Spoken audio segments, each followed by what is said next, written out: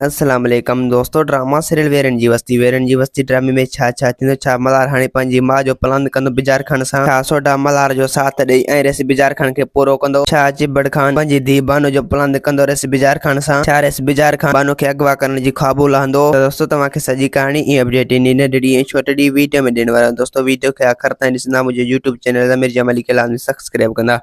तो सब्सक्राइब करण सां को अवां जो बैलेंस न करंदो काफ़ी असांजी हौसला अफ़ज़ाई थींदी ऐं तव्हांखे बि वधीक वीडियो ॾिसण वटां मिलंदा। तो तव्हां जो टाइम वेस्ट कोन पिया करियूं, हलूं था पंहिंजी कहाणी ऐं अपडेट जी तरफ़। तो हाणे तव्हां ॾिसो शाह अमराज जेको आहे पंहिंजे पुट मल्हार खे बार बार सम्झाईंदो, उनखे चवंदो तोखां जल्द जेतिरो थी सघे हाल ई फ़िलहाल पंहिंजी माउ जो प्लान कर। अगरि जेकॾहिं तो पंहिंजी माउ जो प्लान न करे त पोइ मां तोखे पंहिंजो पुट कॾहिं बि न सम्झंदुसि। मल्हार चवंदो त बाबा तूं परेशान न थी, मां पंहिंजे अमड़ जो ज़रूरु इन बिजार खान सां प्लान ज़रूरु वठंदुसि। इन बिजार खान खे अहिड़ो त सबक़ सेखारींदो जो आईंदा यादि रखंदो ऐं हू आईंदा तव्हां ते हथ खणण जी कोशिशि बि न कंदो। ऐं ॿिए पासे दोस्तों हाणे तव्हां ॾिसंदो त सोडा जेको आहे मल्हार से मिलंदो, मल्हार खे चवंदो तोखां जल्द जेतिरो थी सघे तूं इन बिजार खान खे पूरो कर ऐं तूं पंहिंजी माउ जो प्लान कर। मतिलबु त हर को माण्हू जेको आहे मल्हार खे दिलासा ॾींदो ऐं पोइ मल्हार हथ में हथार खणी इन बिजार खान खे मारण वेंदो। सोडा चवंदो त मल्हार तूं परेशान न थी, मुंहिंजो हर हाल में साथ तोसां गॾु आहे ऐं मां बि बानो जो प्लान करण पियो चाहियां, उनजे करे तुंहिंजो साथ पियो ॾियां, जे करे पाण ॿई गॾु थी इन बिजार खान जो कमु तमामु करे छॾींदासीं। ऐं ॿिए पासे दोस्तों हाणे तव्हां ॾिसंदो त रेस बिजार खान जेको आहे इन सी बानो जे लाइ ख़ाबो लहंदो। हू बानो जे ख़िलाफ़ ईअं सोचींदो त जेकॾहिं मूं बानो खे अगवा करे उन सां शादी कई त पोइ मुंहिंजी ज़िंदगी ख़ुशहाल गुज़रंदी, पोइ मुंहिंजी ज़िंदगी ठीकु थी वेंदी ऐं उनजे मथां पोइ शमसू बि अची वेंदो। शमसू चवंदो त रेस तूं छाजे करे परेशान आहीं? बिजार खान चवंदो शमसू मां बानो जे करे परेशान आहियां त उनखे कीअं हासिल कयां